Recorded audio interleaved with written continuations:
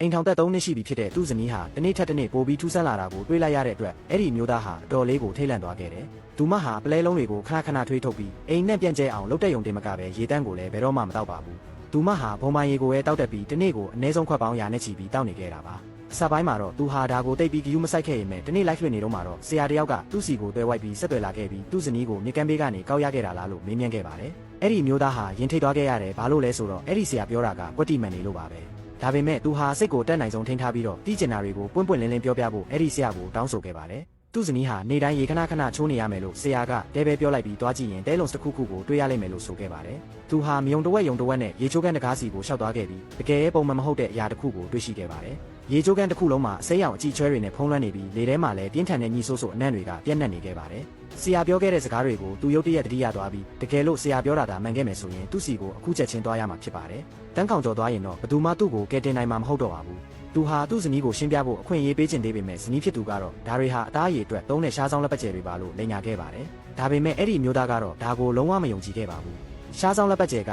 ဒီလောက်ထိပြင်းထန်တဲ့ညှိနှံဘယ်လိုလုပ်ထွက်နေမှာလဲ။သူဇဝေးစွာဖြစ်နေတော့မှပဲဆရာကသူ့စီကို message တစ်ခုပို့လာခဲ့ပြီးတတ်မှတ်ထားတဲ့လိပ်စာကိုလာဖို့နဲ့သူတယောက်တည်းသာသူ့ကိုကယ်တင်နိုင်မယ်လို့ပြောခဲ့ပါတယ်။အဲ့ဒီမျိုးသားဟာမနှောင့်နှေးရတော့ပဲဆရာအိမ်စီကိုအပြေးလွှားသွားခဲ့ပါတယ်။သူဟာခြံထဲမှာချထားတဲ့အရာမမြစ်ကမာကောင်ကြီးတစ်ကောင်ကိုလက်မြင်လိုက်ရပြီးအဲ့ဒီအပေါ်ကအကြည့်ချွဲတွေဟာရေချိုးကန်းထဲမှာသူတွေ့ခဲ့တာတွေနဲ့အတူတူပါပဲ။သူကြောင်တောင်ဖြစ်နေတော့မှပဲဆရာကမင်းရဲ့ဇနီးဟာဒီနားတခေါင်မှာမင်းကိုအနေရပြုလိုက်မယ်လို့ထိတ်လန့်စရာသတင်းကိုပြောလိုက်ပါတယ်။အဲ့ဒီနောက်ဆရာကသူ့ကိုအမုန်းတထုတ်ပေးလိုက်ပြီးဒါကိုဇနီးဖြစ်သူပေါ်လိမ့်ပေးဖို့ဒါဆိုရင်သူမရဲ့အစ်အမှန်ပုံစံပေါ်လာလိမ့်မယ်လို့မှာကြားခဲ့ပါတယ်။တကယ်လို့သူမကလူသားစစ်တာဆိုရင်တော့ဒီအမုန်းကဘာမှဒုက္ခပေးမှာမဟုတ်ပါဘူး။အဲ့ဒီမျိုးသားအိမ်ပြန်ရောက်တဲ့အခါမှာတော့သူ့ဇနီးဟာလင်းထိန်နေတဲ့ပလဲလုံးကြီးတစ်လုံးကိုကင်ထားတာကိုတွေ့လိုက်ရပြီးရေချိုးကန်ထဲမှာလည်းပလဲတွေအပြည့်ချနေခဲ့ပါတယ်။ဒီမြင်ကွင်းကြောင့်သူဟာပို့ပြီးတော့တတိထားမိသွားခဲ့ပါတယ်။ဇနီးဖြစ်သူတတိမထားမိတဲ့အချိန်ကိုအခွင့်ကောင်းယူပြီးသူဟာဆရာပေးလိုက်တဲ့အမုန်းကိုထုတ်ပြီးဇနီးဖြစ်သူရဲ့လက်မောင်းပေါ်ကိုချက်ချင်းလိမ့်လိုက်ပါတယ်။ချက်ချင်းဆိုသလိုပဲသူ့ဇနီးရဲ့မျက်နှာထားဟာတိတိတသာပြောင်းလဲသွားပြီးသူ့အပေါ်ဘာတွေလိမ့်လိုက်တာလဲဆိုတာကိုမေးမြန်းပါတော့တယ်။သူမရဲ့အစ်အမှန်ပုံစံပေါ်တော့မယ်ဆိုတာကိုသိလိုက်တဲ့အခါဇနီးဖြစ်သူဟာအမျိုးသားကိုအပြင်ကိုအမြန်ဆုံးထွက်သွားပေးဖို့နဲ့တနာရီအတွင်းပြန်မလာဖို့တောင်းဆိုခဲ့ပါတယ်။သူကမသွားဘဲညှဉ်းဆန်နေတဲ့အခါဇနီးဖြစ်သူက